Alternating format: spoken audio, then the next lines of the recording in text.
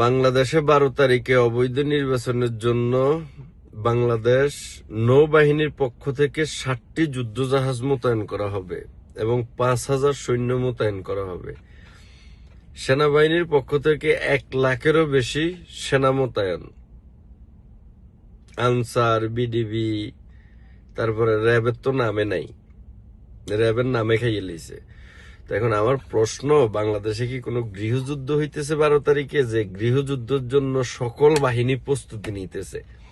মানে আওয়ামী লীগ একটা কথা বললে তারা তাদের মনের মধ্যে এত পরিমাণ ভয় ঢুকে যায়, ও মা 12 তারিখে যদি আওয়ামী লীগ যদি এই নির্বাচন প্রতিহত করে দেয়, আওয়ামী লীগ এই নির্বাচন প্রতিহত করা লাগবে না।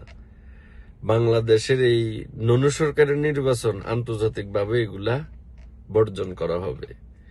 কারণ আওয়ামী লীগ বিহীন নির্বাচন 96-তে যেরকম সাকসেস হয় নাই, 26 সালেও সাকসেস হবে না।